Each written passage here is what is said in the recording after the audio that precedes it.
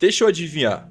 Você chegou naquele ponto, não foi? Aquele momento silencioso no meio da madrugada ou no trânsito parado, em que sua alma começa a gritar. Não é um grito de dor ainda, é um grito de basta. Você não consegue nem nomear direito o que é, mas sente. Sente nos ossos, sente no peito apertado. Uma sensação de que você não aguenta mais um dia sequer fingindo que tá tudo bem. É como se o seu eu de verdade e o personagem que você apresenta pra todo mundo tivessem entrado numa guerra. E a guerra é dentro de você. Sabe, a gente passa a vida achando que esses momentos são um erro, um defeito de fabricação. Mas e se eu te disser que esse colapso, essa rachadura que você sente por dentro, não é o seu fim? E se eu te disser que isso é o verdadeiro começo? Esse vídeo não te encontrou por acaso. Nada encontra a gente por acaso quando o chamado é tão alto. Ele é uma espécie de espelho, e ele só aparece quando a gente já não tem mais uma resposta. Quando a gente já tá cansado de mentir pra si mesmo. Se essa sensação já te visitou, se você sabe do que eu tô falando, faz um favor pra nós dois. Se inscreve aqui no canal. Aqui a gente não finge que a vida é um post de Instagram. Aqui a gente encara o caos. A gente olha pra ele junto e talvez, só talvez, a gente encontre um caminho no meio da bagunça. Capítulo 1. O vazio que você não confessa. Sabe qual é a maior epidemia do nosso tempo? Não é a ansiedade, não é a depressão, é a vida normal. Essa vida que te venderam como um roteiro perfeito. A gente vive como um zumbi funcional. É isso. Acorda, trabalha, produz, obedece, posta uma foto sorrindo e repete tudo no dia seguinte. A gente acha que isso é normal, mas na verdade não é. É só comum. E comum não é sinônimo de saudável. Desde pequeno, a carta era clara. Busque estabilidade. Siga as regras, não faça barulho, não questione, agradeça, faça o certo. Mas certo para quem? Um velho sábio chamado Jung percebeu isso há quase 100 anos atrás. Ele disse que a maior ameaça para a alma humana não era a miséria, e sim a massificação. Essa transformação de gente em peça de Lego. O número na estatística, uma engrenagem substituível num sistema que não se importa com quem você é, mas apenas com o que você faz. E aí, você segue um script. Você se forma, arruma um emprego, encontra um parceiro, posta as fotos da viagem, tica todas as caixinhas e, por dentro, um vazio.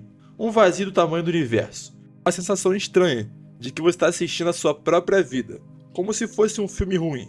Essa sensação não é uma doença, é a sua consciência tentando respirar. É a sua alma batendo na porta da sua mente dizendo: ei, essa fantasia que você vestiu para sobreviver não serve mais para viver. E aí que tá. A normalidade é a armadilha mais inteligente que já inventaram. Ela te oferece pequenas doses de prazer. O like na foto, a série nova no streaming, o delivery na porta, em troca da sua liberdade. Você ganha aprovação social, ganha um salário no fim do mês. Mas o preço é a sua verdade, a sua voz, é a sua espontaneidade. E com o tempo você nem se lembra mais de quem era antes de colocar essa máscara. Então, se essa ideia de vida normal já te fez pensar em alguém ou em algum amigo que está preso nesse piloto automático, compartilhe esse vídeo e deixa o like por favor, nunca te pedi nada, irmão. Agora sim, capítulo 2. A mentira que te contaram sobre o sucesso. O sistema todo é desenhado para te manter distraído, obediente e anestesiado. Ele te recompensa por não pensar demais, por não sentir demais. Afinal, gente que sente muito, que pensa muito, dá trabalho. Questiona, muda as coisas. Essa mentira coletiva cria uma ilusão de segurança, mas a rachadura dentro de você, ela continua ali, e você tenta tapar, com mais trabalho, com mais rolagem de feed, com mais um relacionamento superficial. Mas não dá pra calar uma alma em crise com barulho. E o pior acontece quando você começa a questionar. O mundo ao redor te olha como se você fosse um problema, dando exemplos como: ah, isso é ansiedade, é só estresse, você precisa de férias, você reclama de barriga cheia, mas no fundo, você sabe que não é cansaço, é desespero. Você sente que tem algo fundamentalmente errado com a sua vida.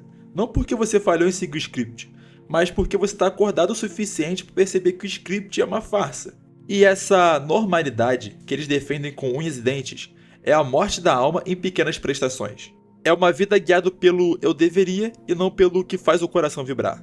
É como o Jung disse, a vida não vivida é uma doença. E a gente vive por aí, num hospital a céu aberto. Pessoas morrendo um pouquinho a cada dia, presas numa história que elas nunca escolheram escrever. Mas é aqui que está a virada. Existe uma saída, e ela começa quando você para de lutar contra esse mal-estar e começa a escutá-lo. Ele não é seu inimigo, ele é seu guia. Capítulo 3. O monstro visível que te consome. A gente vive numa cultura que trata o sofrimento como um erro no sistema. Se você está angustiado, algo deu errado. Se está triste, você tem um problema. Se não se encaixa, o defeito é seu. Isso é uma mentira perigosa. Seu sofrimento não é um defeito a ser consertado. É uma mensagem a ser decifrada. E você chama isso de crise existencial, de esgotamento, de vazio. Mas é a sua alma dizendo: finalmente você está pronto. Pronto para quê? Pronto para tirar a fantasia. Pronto para olhar para o monstro que você criou no porão. Pronto para ser quem você realmente é, e não quem te ensinar a ser. Você acha que está desmoronando, mas não é você que está caindo. É a casca. A armadura que te protegeu até aqui, mas agora virou uma jaula. O seu sofrimento não é sinal de fraqueza, é sinal de força.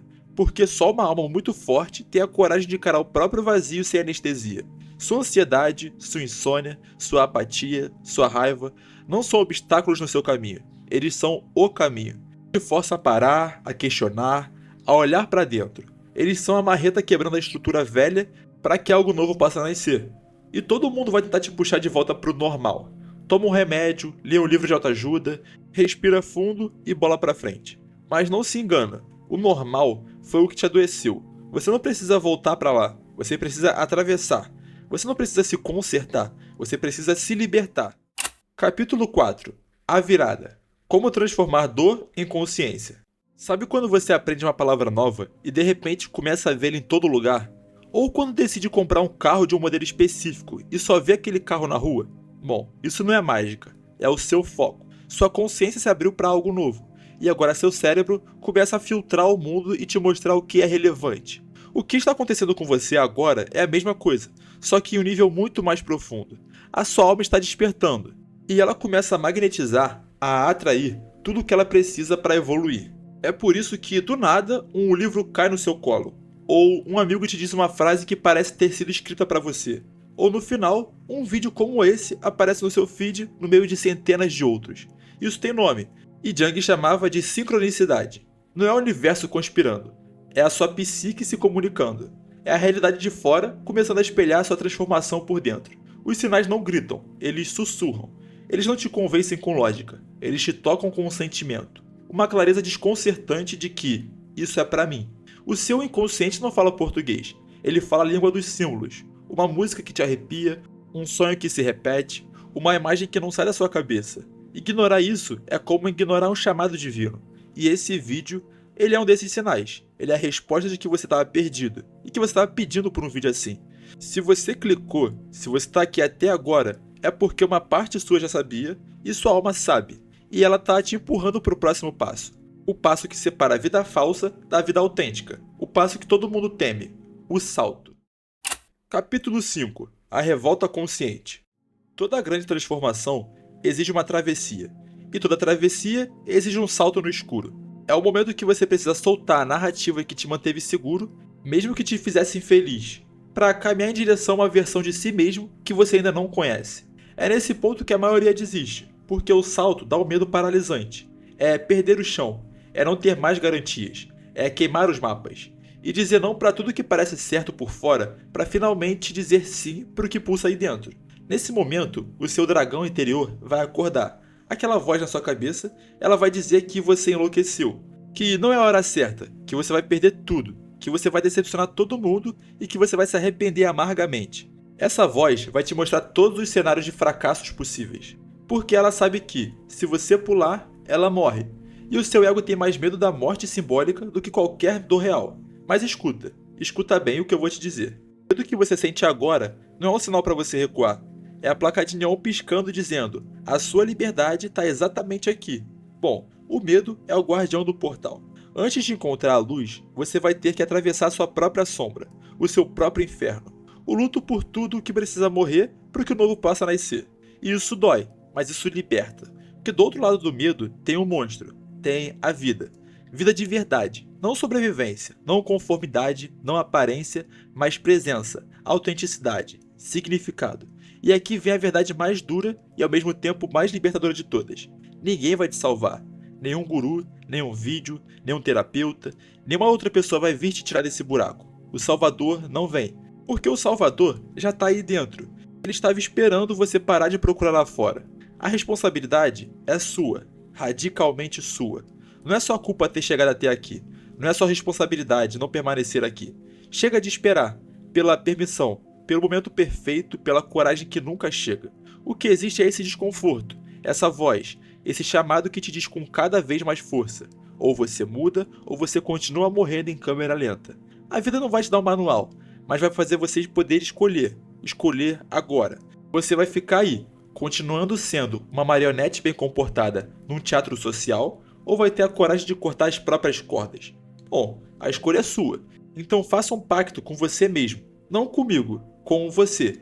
Deixe uma marca, uma declaração. Escreve num caderno velho ou aqui nos comentários e depois você vem aqui visitar. Porque nomear o ato é o primeiro passo para realizá-lo. Escrever é selar o compromisso. Esta pode ser a primeira decisão consciente da sua nova vida que te espera. E se esse vídeo te encontrou, não para agora. O caminho já começou.